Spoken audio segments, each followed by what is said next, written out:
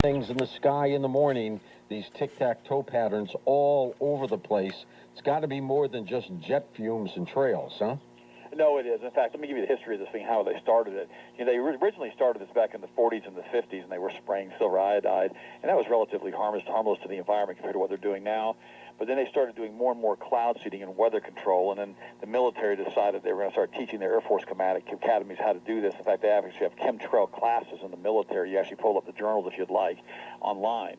And what happens is they're spraying these things through the jet nozzles that go into the engines, and they're creating nanocrystals, and they're being put into the air for the weather radar and for the scalar radar. It creates a particulate plasma that can be activated through microwave energy, such as through piezoelectric crystals or through electric optical properties that can be done through like HARP. You can use HARP, which is microwave energy, in what's called a phased array telescope, or not a telescope, a antenna, George, and you can actually cause this stuff to glow and become incredibly hot, and you can actually heat up a section of it up to 10,000 degrees in just a few seconds. The military want to be able to do that because they have an incoming ICBM missile. They can actually heat this 10,000 degree pocket of air up in front of the missile, and they can actually cause it to explode as soon as it hits this 10,000 degrees. It'll just literally melt the missile, destroying the military vehicle. Strontium and barium and strontium can take these chemtrails into the field of scalar physics. This allows you to up-concentrate energy at any spot you want to. For instance, you can have nuclear bomb-type explosions using chemtrails by creating scalar waves.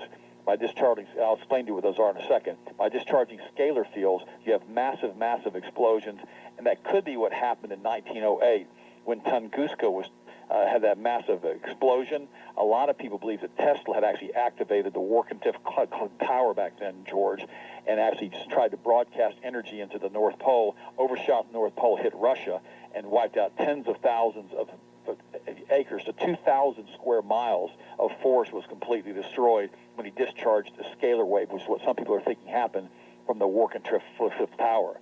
The energy can be actually manipulated in the piezoelectric fields. This is what they're spraying with these piezoelectric crystals with the barium and the strontium and the aluminum. You can actually freely move through the field, but it can be triggered by external inputs. You can actually move energy to any place you need to put it. You can make it vibrate. You can turn it up to heat. You can create electromagnetic energy or sound. This is back where the intelligence community comes in now, because they can use sound to make external voices. People, they can hear voices. You heard that they've got this term called the voice of God. They can hit you with certain generated energy frequencies by using this technology and make you nauseous, make you want to vomit, make you suicidally depressed within minutes. The military, again, they use the rockets to weather control Earth properties. They can also trigger earthquakes, George. That's one of the things that people don't understand. There are a lot of earthquakes that are being triggered. They're being triggered at the 10-kilometer depth, and the way you do that is just simply plate tectonics. The earthquakes should be evenly distributed throughout the country, but they're not. And this is what's crazy. What you'd have to do is send an 11 hertz signal through, and it can modulate and trigger earthquakes through the use of scalar fields.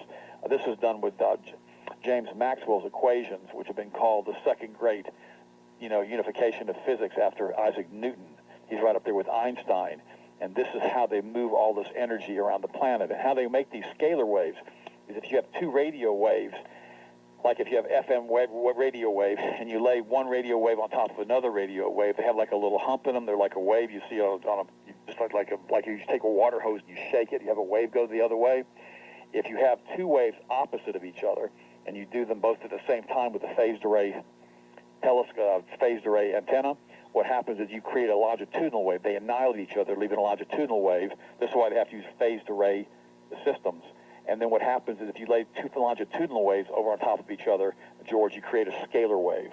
And the scalar wave is what picks up the energy from the planet. It can be discharged at any point on the planet. But what's interesting about the scalar waves is they go through time-space according to James Maxwell's equations, and they go into the fourth dimension. That's what's so interesting about them. And all the information about this type of physics has been pulled out of the public domain, and is only used for military applications now, so they're not giving us the research on that any longer.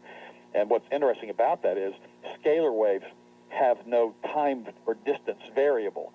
In other words, if you transmit a scalar wave right now from this planet to 1,000 light years away, it's there instantaneously in the transmission of information. And that's why it's like thought. Thought waves are scalar waves. Prayers are scalar waves. and you actually change the very fabric of space-time by using scalar waves for prayer or for thought or even the words that you speak. How old is the technology, Ted? Oh, gosh. The technology was originally postulated by Maxwell back in the 1800s. Then, of course, Einstein talked about it. Newton never really got into that. But I mean, in terms of implementing. Mid-1800s, and then with Tesla's the one who really brought it to the forefront in the late 1800s and early 1900s, especially with the Wardenclyffe Tower. This technology has been around for a long, long time. This is the same technology, George, they use in the space-based weapons platforms, the Star Wars programs they've talked about. It's the same weapon systems that some people believe were used in taking down of 9/11, like Dr. Judy Wood. That's right. So there's a lot of different things that are involved in this. This is just